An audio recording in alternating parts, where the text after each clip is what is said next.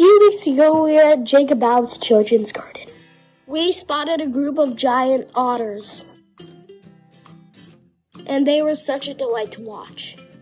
Hi, I'm Johan, and this is Nature's Spotlight, where we can learn lessons from God's creation. Today we're going to learn 3 lessons about the otters. Come on, let's go!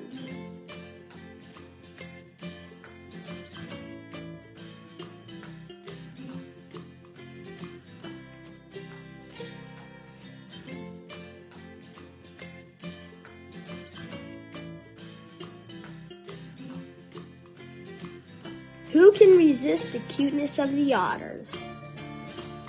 They're playful and full of energy.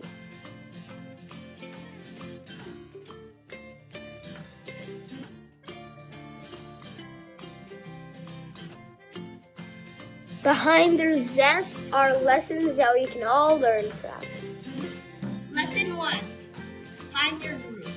Have you seen an otter alone? Whether in the zoo or in the wild, otters always have groups. Like the otters, we also need other people in our lives, our family and friends. Let's choose our friends carefully. In Proverbs 12:26, the righteous choose their friends carefully, but the wicked lead them astray.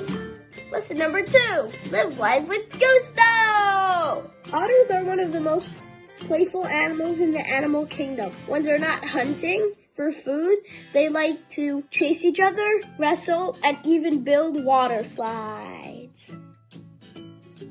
Let's be like the otters.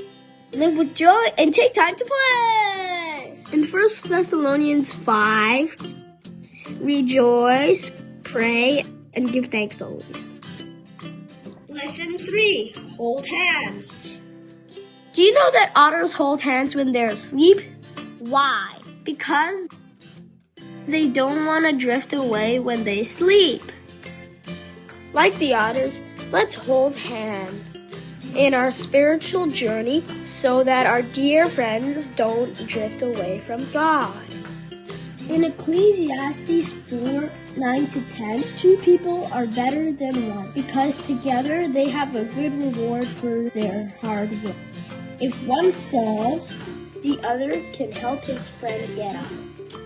But how tragic it is all alone when he falls. There is no one to help him get up. Next time you see otters, remember to find your group, live with gusto, and hold hands when we are asleep.